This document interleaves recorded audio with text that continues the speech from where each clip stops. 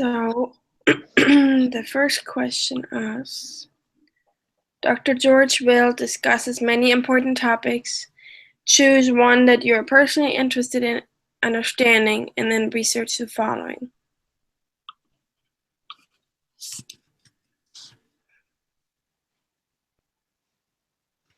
So, do you want to start? Yeah. So,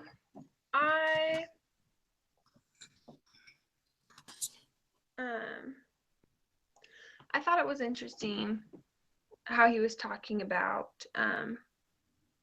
how government got involved in I can't remember what it was, but like getting their suits pressed. That was what stuck out to me the most with like everything that he talked about. But like the people who would get their suits pressed for like 35 cents, and then like the government decided to raise it up to 40 cents. And then this one guy got in trouble for still pressing suits at 35 cents. And then he like got arrested, got a huge fine, all that stuff. And I thought that was really interesting that like the government got involved in that issue because it was like, I can't remember what it's called, but like, I mean, that's a business competing against another business, and they shouldn't have a say in that. But they got involved in it, and then they made him put up that like blue eagle thing. Is this making sense? Like, I know it's coming out very like very chopped. Sense. But anyways, I thought that it was interesting that the government got into that, and like I can see why they did, because they felt like they needed to help the economy, but it wasn't helping the economy because then like he related it back and said, okay, they got involved in all of these other things and they established things, but that was back in the 1940s, and now they haven't established anything since then. Like they think, oh, good enough, or then they add to it and just make it more complex, and then they can't even tell what it is that they're supposed to be enforcing. Yes. So that stood out to me too. I guess I just don't. Okay. I saw. Okay, I there were a couple of things that stood out to me, and I think it's just because I'm an immigrant over here, and right, in my country where there's a lot of assistance from the government, but from a different angle. But one thing that I was interested in. Okay, that was weird. Was that the food stamps? That there are 48 million people on food stamps. Yeah. So I was just wondering, like, how did it get all started? Like, why did it get started? What was the main reason behind it? So, as far as the research that came up was that it was during the Depression when it started in the 30s and early 60s. And it was mainly for farmers and for coal miners that were barely making any money. Mm-hmm. It's funny because coal miners nowadays are the ones that make the most almost. Yeah. But it was just they called it a relief program. It wasn't called food stamps because John F. Kennedy didn't want that to be put out that way, because he was aiming for having the families just have a little bridge during the Depression, right, that they're able to get back on their feet. And so, and he was appalled by the conditions of the farmers and of the coal miners, and especially by the children. And so he called for better housing and better schools and better food distribution, which then further developed the food stamps program. Yeah. That was just really interesting. And I think that, like, this is just kind of going on with the food stamp thought, but like, I can't remember, I might have even mentioned this in the last week's, now I'm getting all mixed up in it, but my husband took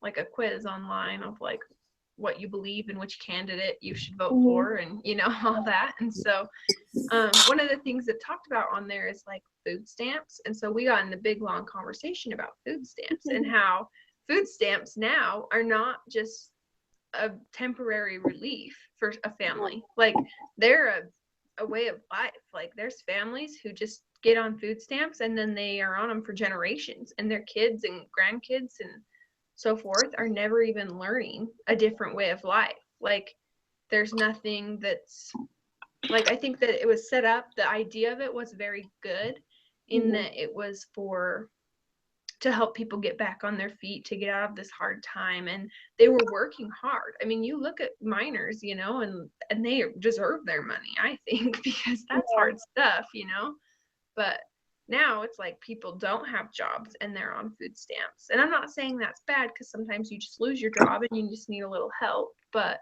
when you've been on food stamps your whole life and your family's been on them for generations, like, that's just sustaining you in your lifestyle. It's not helping you change and get on your feet at all. Yeah. Well, I think mainly in this country there's no motivation to get off it. Right. Especially since education is so expensive and stuff, and there's no incentive in this country to be independent, because it is, how to put it, it's being advertised here that if you're poor, you're always going to be poor unless you have a lot of money, which you don't. And so once you're in that kind of pit, it's kind of like you're not going to get out of it without going into debt for education. And so, but the second question is, has it been effective, and what have been the results? Yeah, I think my comments were kind of going along with it. Like, I think it has been helpful in some ways, but I think for the most part, it's just kind of went downhill. And what's his name? George Will, he brought up another thing, like with Social Security, how it's set up, and like, it hasn't been changed since it was established. They've made amendments to it, they've added on, but like, they haven't factored in computers, they haven't factored in new cars, they haven't factored in new phones, like, like, none of those things were even a factor back when they created it, and they haven't really altered it so that it meets new standards. And I think that's the same with food stamps, is that it hasn't been, I mean, like a lot of things in our government, like, they haven't been altered to meet the needs that we have now. So I think in a way they've been effective, in like, the idea of it is there, and like, okay, yeah, that's a good thought, but it's not really carried out in as productive of a way as it can be. I mean, obviously not. We're in trillions of dollars of debt, that can't be paid off now. Like what he was saying, that with Social Security and Medicaid and Medicare, that they weren't looking at the, how did he word it? What's the word for it? The life expectancy and when people retire. Right. Now, here in America, you can work as long as you want. But outside of the United States, at least in Canada and in Australia, I know in Germany, Switzerland, and Austria, how it is you pay a lot of money into it in your first 10 years that you work. And then every couple of years, it goes down by a couple of cents. So that throughout your years, as you get older, between 30 and 40 years old, that you can start having a little bit more income, so you can have some savings for travels. And then once you retire, the government mandates that you retire at the age of 65. Really? Yes, because they do not want you to overwork yourself. They want you to, because how it is in those countries, you automatically work already 25 to 30 years, an average of 30 years in one job, because you get all the benefits with one job. It's not like here where you have a period of like 6 to 12 months. Sometimes even I've seen with a lot of jobs of 3 years even before your benefits kick in. Right. You don't have that in the other countries. And so it was interesting how he talked about that they need to adjust the amount depending on how many years you've worked, and then it goes lower, and then the life expectancy. So that Social Security, Medicaid, and Medicare, the funding is being adjusted by the life expectancy. So.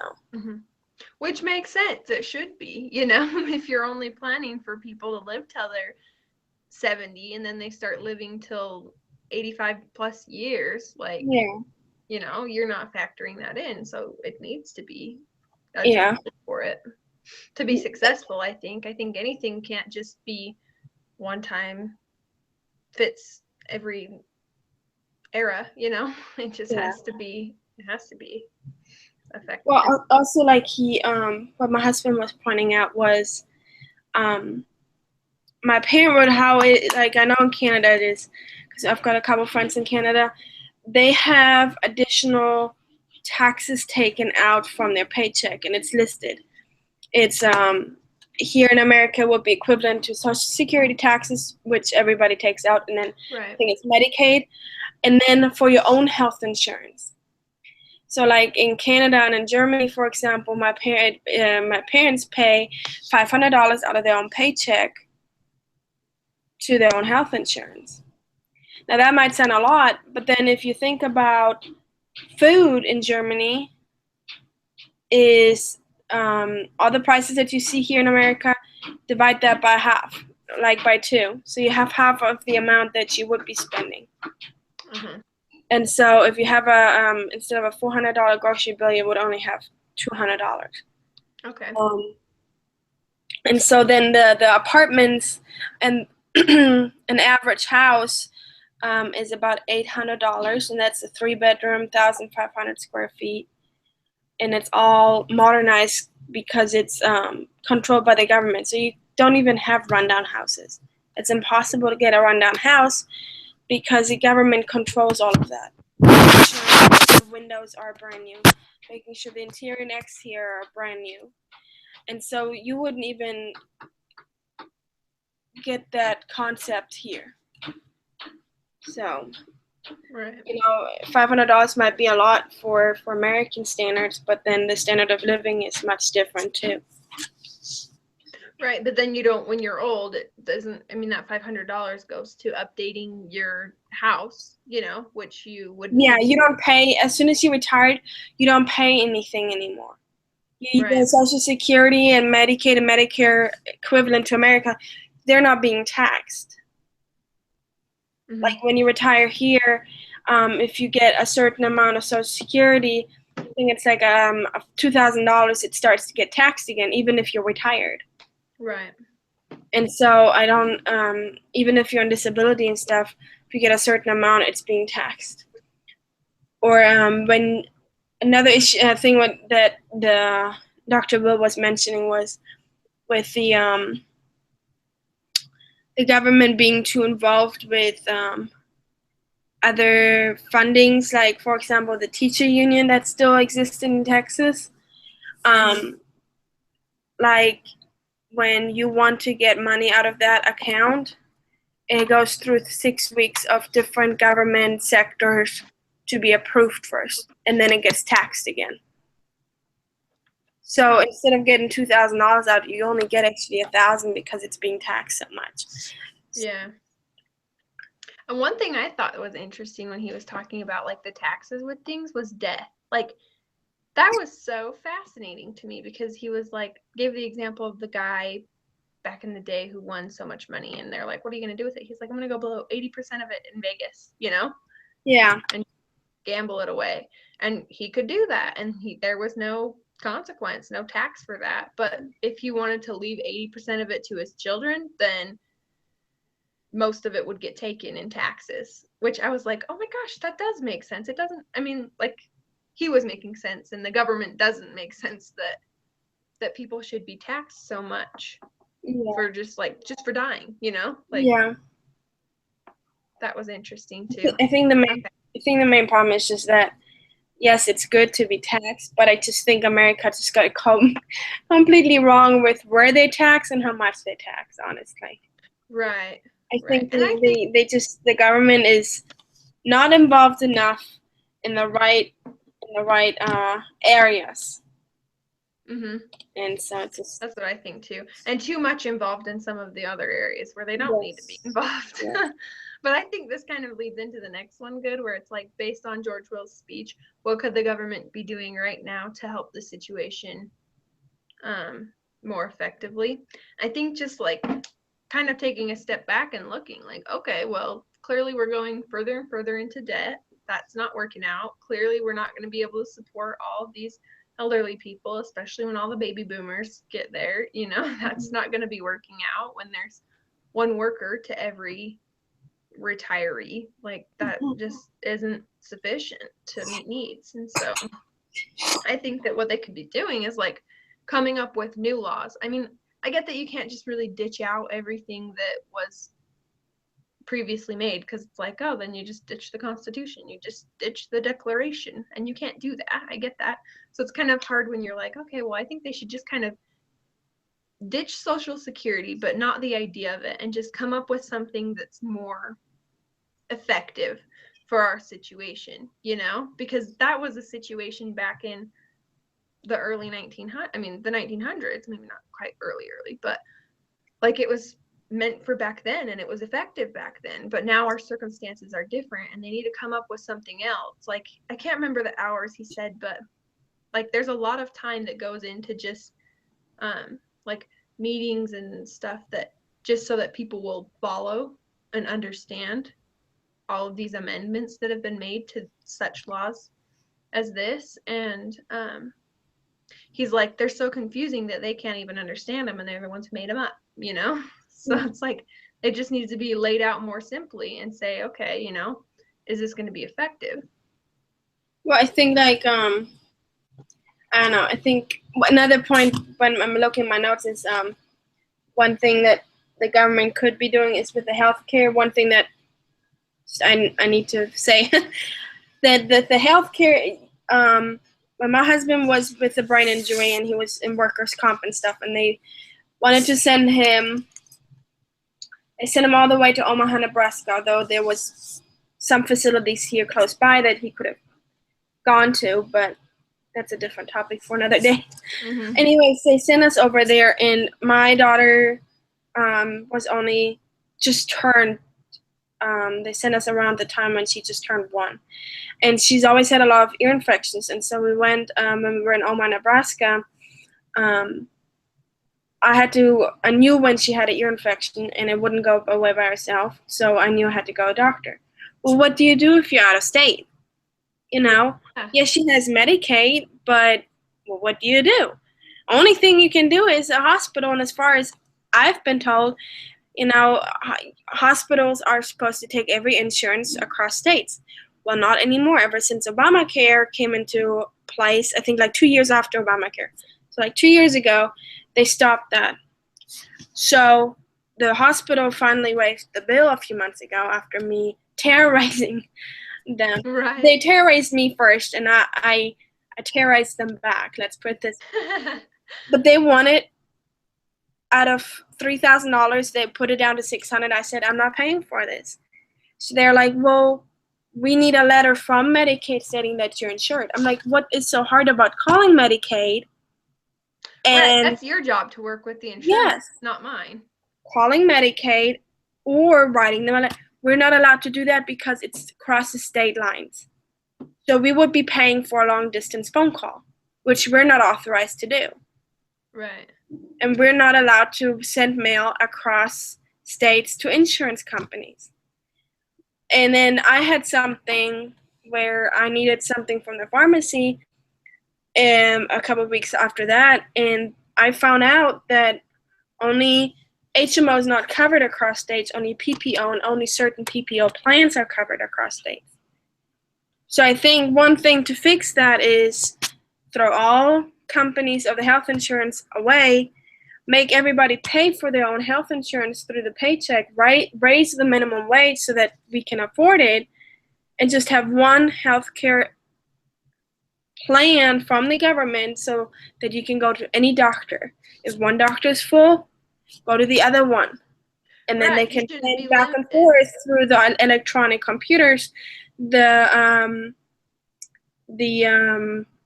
what's it called, the files the medical files. Right. They can just send it real quick. Right. But you know, that I think that would be the easiest fix.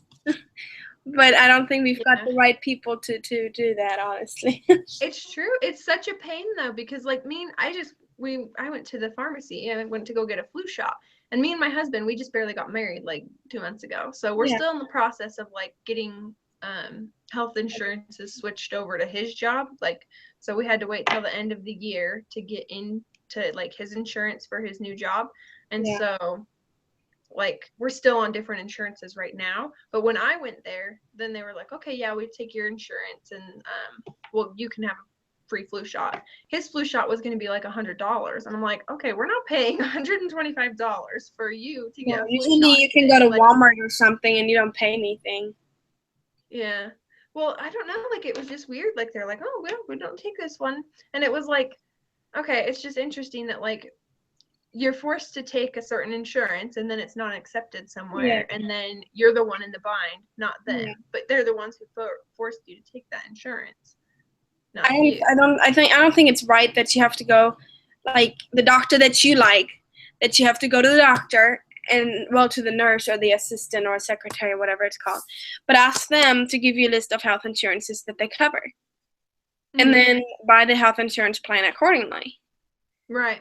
And it's just so frustrating because it's like here in Texas, we have certain programs because Texas, yes, it's part of the United States, but we're still under, we have this independent clause, whatever it's called, where like for us, in situations like your husband, Walmart would pick up the rest. So for Walmart and Walgreens here in Texas, you wouldn't have to pay a dime. The maximum they would make you pay is $20. Wow. It doesn't matter on your insurance. And so it's just, it's very frustrating because like I'm in a bind right now because the 1st of November is coming up next Tuesday. And I'm like, well, I like this doctor and I've got a list of doctors that I feel comfortable with, and well, what do I do? Do I go to every doctor? And I literally have to go to every doctor and get a list of insurance that they approve, compare and contrast, and see if there's one insurance that all of them have. Right. And I mean, maybe they like most of them coincide with one insurance, but then there's going to be one that doesn't, and like that's just not. I don't know. I don't think that's right. Yeah, I agree with that. Or like with my son, I'm not worried about it. There's this free hospital called Parkland over here in Dallas. It's becoming one of the best now, besides Baylor and stuff, second best. But there's this one doctor that I really liked, which is really rare with Medicaid. And so I'm not worried about my kids because I know if anything happens, she is the best. And then there's a walk-in clinic that is not considered a primary care physician, but they still take the insurance, and she's one of the top 2. So at least I know with my kids that they're safe.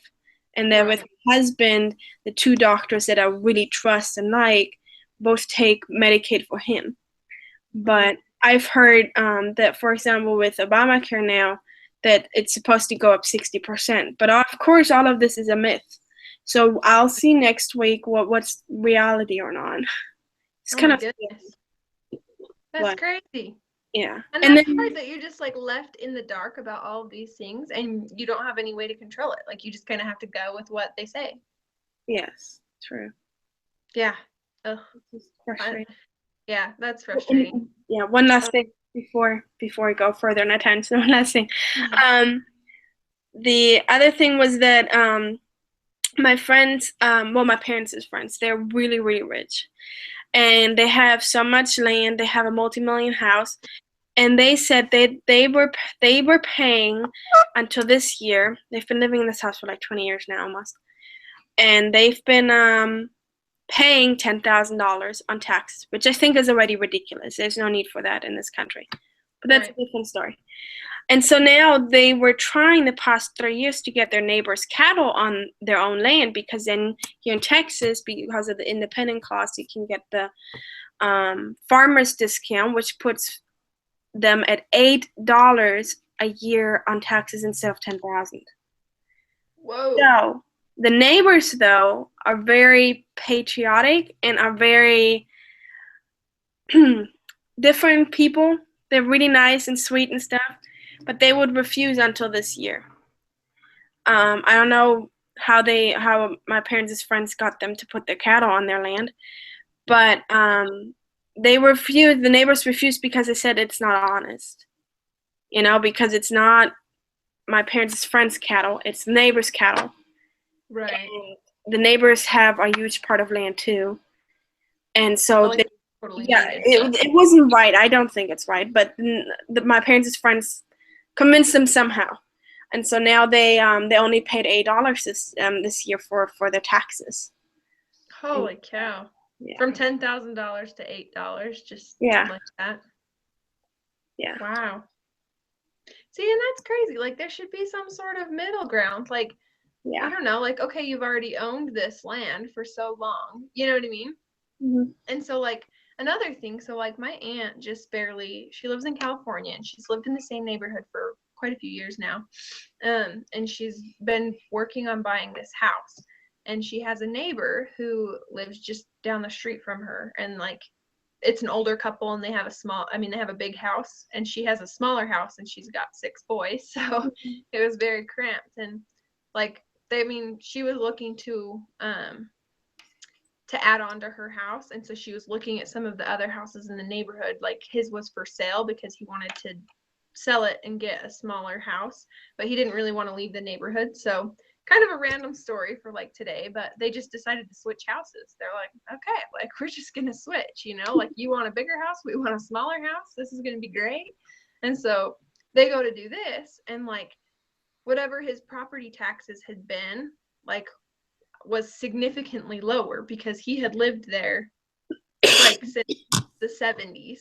And so he'd lived there, and that was locked in what his taxes were. When she moved into the house, then the taxes automatically shot up like $800 a month, which is just ridiculous. Like, that's crazy. And like, that's just like moving from down the street. You know what I mean? It changes your property taxes that much, which is the same neighborhood, it's the same everything. So it's just like, it's crazy how they have things set up. Like, some things just do not make sense on how they're working. So I don't know. The whole housing market is just like, who makes those rules? Who has the authority?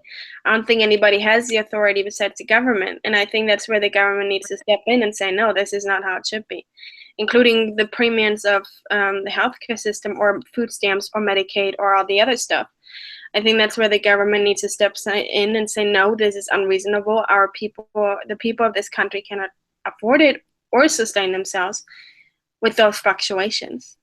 Right. And it's just so interesting because, like, in one instance, they're taking so much more, like, from my aunt than what they really should. Mm-hmm. And in another instance, they are giving away so much more in, like, food stamps or something to somebody who doesn't need them, Mm-hmm. And then, like, if they could only just do that and find more of a balance, because some cases are just so extreme in either way. Like, mm-hmm. I don't know.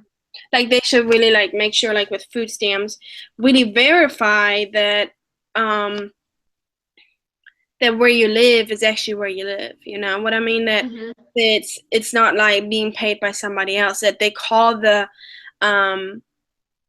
apartment complex manager and say, hey, we need verification from you that all the checks were made out from that person, and not be, that you didn't get the money from some other person, that you really earned that money and paid that rent. Or if the rent is being paid by student loans, for example, then then that should be an indicator that that family needs more food stamps than another family who actually gets the money from who knows who. Right, because I mean, there's no monitoring with how they use the food stamps. I mean, there's places that, like, say they won't accept them, but like, I know of many places. When I was on my mission in Tennessee and Illinois, there was lots of places people would tell us, yeah, I'm on food stamps. Yeah, if you go to this liquor store, then they count your food stamps as, like, towards your liquor. Like, you can go to the liquor store and they'll ring it up separate, like a special way, so that it looks like food. Same here. But really, that's what they're buying with it. You know what I mean? Like, they're just turning that into money, and then they're getting like their addictions. They're just feeding their addictions. I mean, there's no drug test for people who are on those. You know, they just, I don't know. Or alcohol test. Yeah, no, like they can just spend it however they want, and then they're not even providing the food for their kids. Maybe they do need the help with that, but they're not using it in the right way, you know? Yeah. So This is actually I don't know. perfect with the next one where Dr. Will says that it's a problem nobody wants to talk about and how this impacts children and families, communities, and our nations. I think what he was saying that, he said it pretty fast, but he said that it impacts the nation, the families, and the children because it forces them. Sorry, that was my phone. It forces them to become a nation of immorality. He didn't use immorality, but that's the best word I can come up with. It forces them to become people that are not, how can I put it? Honest. Yeah, honest. Immorality, I think, is the best word to put it, because the prophets have used immorality in such a good way. I think I relate, in my head, I related to what the prophets have said, how. Right. I mean, they just lack morals. They don't have any. Yes, exactly. They don't have standards for it. They've lowered them. Yeah, and if you look at the kids, like how they're being parented and stuff, you can see that there is just a lack of parenting, and that all those issues are because there's no control. There's no, hey, you shouldn't, we need to be a better country. We need to be having higher standards. Right, and like that's one of the things that I loved about. I can't even remember if it was for this class or for, it must have been for this one, but for Elder Kosak-Harrison gave the talk moral discipline. It was for this one, and he said like how people are expecting standards to be like enforced in the world, and then they'll be adopted into the home. But really, we need self-discipline to have those standards be like individualized in the home and then brought to society, and that's where society standards come from. And people haven't been doing that. They're just, I mean, they don't have any standards. They just kind of go along with whatever happens, and then people who are very outspoken, who don't have standards the same, are the ones who get their opinion out there, and that's what goes in society. So yeah. Okay, and then he says, according to Dr. Will, one thing you can do for your country is preserve a spacious portion of your life for which your country is not responsible. Reflect on what you've learned and discussed this week, and then respond to the following. Do you agree with Dr. Will? And in what areas do you personally feel the government should be involved and should not be involved in addressing your chosen threat to children and families? I think that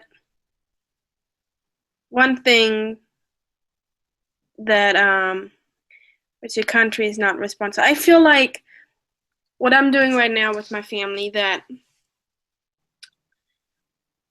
I don't know, I feel like I'm, besides those like you and some of my classmates, that were pretty good examples. That sorry, my mother keeps texting me. You're okay. That we make a difference when it comes to education, and if it's so in our plan, depending on what revelation we got from God, that we go out and have a job with an education, with a bachelor's, and if it's so, maybe a master's, and that we have children and teach them that that is the way of life, that nothing comes for free but by a price, and that you need to compromise, and that you need to sacrifice things. For example, the best, I don't know your personal situation or for my classmates, but like in my situation, with my husband and I, we've been trying to get our further education. It's just not that easy here in Texas if you don't have the right means. For example, when he was in high school, he didn't have to take the SAT or ACT, so that was really against him when we got married, and he was and he wanted to go to school. Community colleges here don't require you to take the SAT or ACT, and so but they're not really good colleges. So I think like a year and a half after we got married, after our daughter was born, he found the technical institute that does not require SAT or ACT. And he was doing really well. He had a 4.0 average, and he was just zooming through it. And then they said, you can go online and you can work on your own pace and get done even faster. So that was our goal, and that's what he was doing. I couldn't continue BYU Idaho because of my immigration status, which solved itself after a year and a half too. So I think I started back school 3 months after he did, because then we were able to sort out all the paperwork with immigration. And so we both were going to school, and then his accident happened last year. And, any regular family probably would have just said, I'm not going to go back to school. I should just stay home. My husband has a brain injury. I've got a kid. It's just too much. I'm just going to go work at any regular job and just collect Social Security from my husband, because like all the family members get benefits, and just have a way of life that way. And I said I didn't want to do that, because I don't think that's what the prophets and what God always told us to do, that to get higher education, to change the way of life in our community, especially within our families. So I decided I wanted to finish quicker, so I started taking 5-6 classes throughout the past year. And so I'm graduating next June. Next semester will be my last semester of classes. But we've been I think it just changes a lot of things in a way that my daughter will be able to see that hard work comes with a lot of blessings from the Lord. And so that's where you're separate from the country and from the government, and you're solely connected with God and Jesus Christ and Holy Ghost and everything, and in tune with them. If you keep all the commandments, that we'll be able to collect Social Security. I know with a bachelor's of family marriage studies, you don't get a lot of money, except if you've been working a couple of years, but that's okay. You get good income here in Texas with that bachelor's degree, so that's good. But I just think it would be stupid not to finish up the bachelor's degree, and because then you have a kind of like a safe job, if so to say. They can't just fire you because of inexperience, because you've gained the experience with your bachelor's. Yeah. So, but that's just that's just kind of my input. Yeah, no, I agree with all that. I think that the prophets they tell us to be self-sufficient, and it would be an easy move to just say, okay, he has a brain injury. We'll just kind of float by now. Things are still going to be hard, even if you do choose that route. But when you choose this route, you're just so much better off, because then you can feel accomplished too, not just, oh, yep, this is how it is. We just have to. I think you have a little bit more control than just completely living off the government when you have your own job, Yeah. And so, I don't know. That's one of the things too. Like, I really liked everything that Dr. Will was saying. I seem to agree with a lot of it. He had really good points. It just made sense. And it was kind of surprising that these things make so much sense, but that a whole board of Congress and, like everybody out there who's in politics doesn't even see it. Like, they're too far in. They don't have that kind of perspective to just step back and say, oh, okay, this is a failing system. We should create something better, Yeah. And so, I don't know, for the threat, like, for education, like, I don't know, mostly that's been my topic, is parental education and family well-being. And a lot I've been focusing on the finances of it, but I just kind of started to notice, like, it's not even just finances. Finances can be a mess, but like, people don't know about education. They don't know that it's out there. They don't know how to get it. And like, the government, does a little bit with it, but I think that there's a lot more that could be done to get education for it. I work in a school, and I had a new student come in today, and his older brother, who's 19 years old, brought him in. So he just had graduated from high school last May, and this year he was like looking to start colleges and stuff. And so he came and brought his brother into school for the first day, And he was like, he's like, I barely squeaked by in graduating from high school, but I do have a desire to learn and I want to get into college, And so he had absolutely no idea where to start because he can't just fork out thousands of dollars. I mean, he's 19 and he came from a family of poverty. You know what I mean? Like, he can't just pay all that money and go to school and get an education, but he desires one. And so he came to us because he's like, maybe going to a school would be a better place to go to find out about how I can get more education. And so, I mean, I talked about FAFSA and some of the other opportunities that he could look at for like financial aid and like his situation and looking at a new college. But I don't know. It just, I mean, I think that it's talked about so much, like you should do this, you should do that, you should do all this stuff, but it's not talked about in how to accomplish it. Like the road to get there is kind of blurred sometimes, and the road after you've gotten there is a little blurred too. Like, okay, just get to Social Security, just get there. It's not saying like, oh, we're taking this money out and it's going to be put in there for you later, like, no, like it's going out to somebody now and then there's going to be nobody later when somebody else, like when you're to withdraw from it. I don't know. So I think that just like making opportunities more available for some 19-year-old kid who wants to go to college, and change his life so he can have a better family than what he grew up in. He realized that living in poverty wasn't what he wanted. And he doesn't want to just have to live off food stamps, but the program is not set up for him to be able to just overcome it like that. So, yeah. I don't know. But I think we should probably wrap up, right? Yeah. Did we answer everything? I think so. Okay. So summary. We talked about a lot about Social Security. We talked about how systems were set up so early on and haven't been adjusted, and how that's not beneficial for us, and it's not teaching us to be self-sufficient, which is what the prophets have told us to be. We talked about